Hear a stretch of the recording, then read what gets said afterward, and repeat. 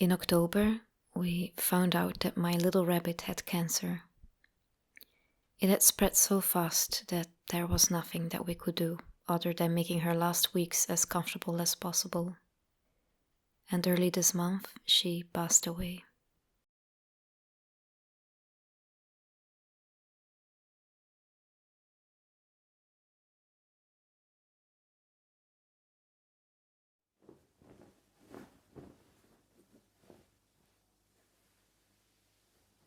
Seven years ago, during my long-distance relationship with my husband, around my birthday, I unexpectedly found this little bunny in my parents' kitchen. I was surprised, but then I saw my family's faces peeking around the kitchen door. They told me that my then boyfriend had contacted them and asked if they could help him get me a rabbit for my birthday, knowing how much I loved rabbits. And since then, that little rabbit has always been by my side, accompanying me through many phases of my young adult life.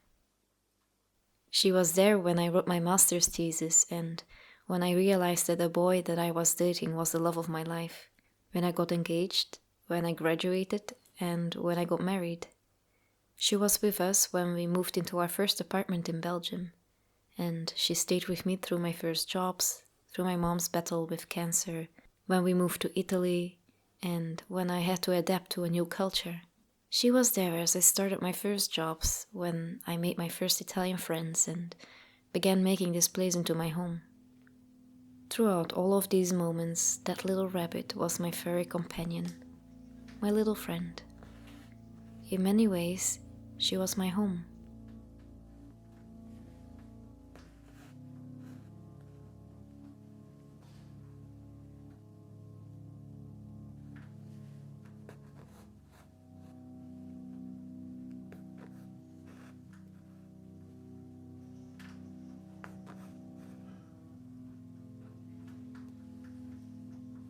It is truly special sharing your living space with animals. Over time, they begin to trust their human companions, and in return, they feel safe in your shared space. You grow to know their habits, their little quirks, and the subtle development of their little character. After all these years, I observed my rabbit so often that with just a glance, I could tell how she was feeling. I knew when something was wrong, even before the vet could confirm it. I simply knew her. And the most special thing was that she knew me too. And I never realized that our connection could be that way. She understood when I was sad or homesick. She would always, without a fail, silently join me in the sofa when she sensed that something was off. We jokingly started to call her the guardian rabbit, because sitting there next to me like a silent statue, it felt as though she was guarding me. It was comforting. I didn't feel alone.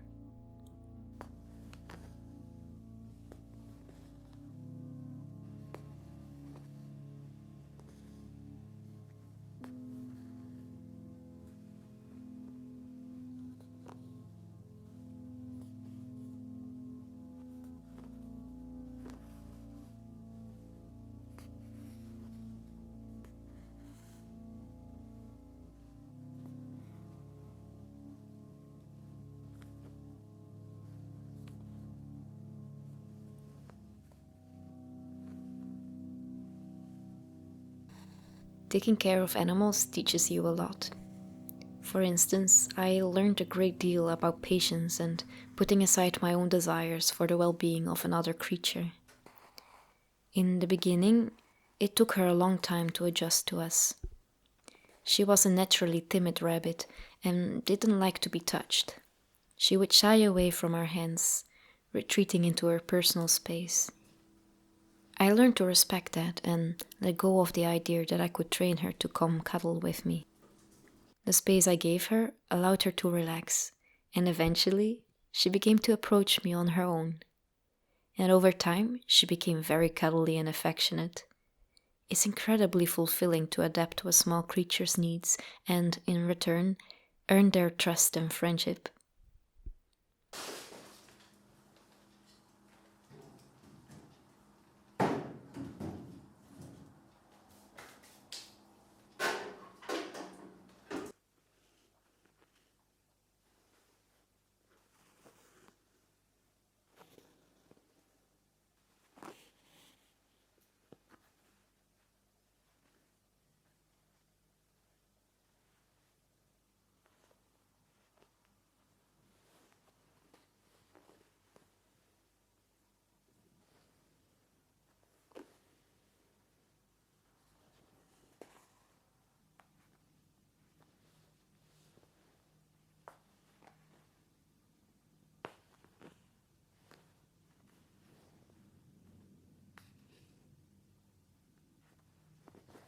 Over the years, we formed our little routines together.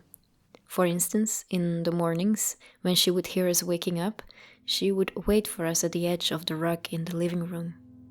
Patiently, she would sit there while we prepared ourselves. It was such a peaceful way to start my day and get ready for work. I also never had to eat alone. I had my lunches with her, and my dinners too when my husband was away.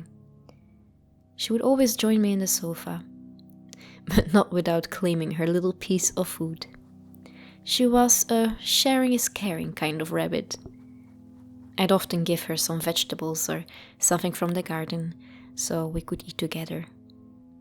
And she loved apples. The moment she'd heard me bite into one, she would go wild with excitement. I would share pieces of the peel with her. I never ate my apples alone at home. She also loved it when I worked on projects in the living room. Curious by nature, she would come over to investigate everything I was doing, booping her soft nose against my hands and the materials as I was working. And as she got older, she became glued to the sofa. She loved to flop on her side and relax on the blankets and pillows, preferably close to me. She became part of that living room, as much as the living room became part of her. It was a space where she felt comfortable, happy, and safe.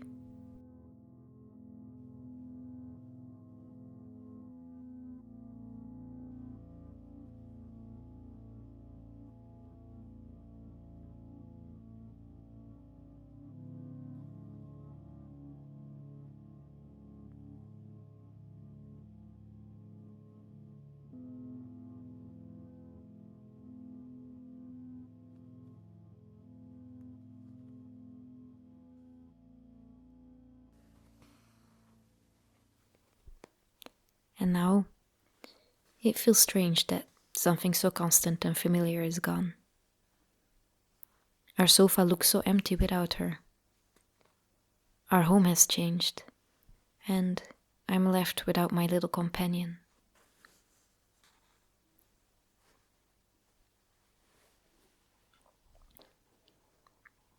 My way of coping with sadness is to transform it into beauty. That's where I find comfort.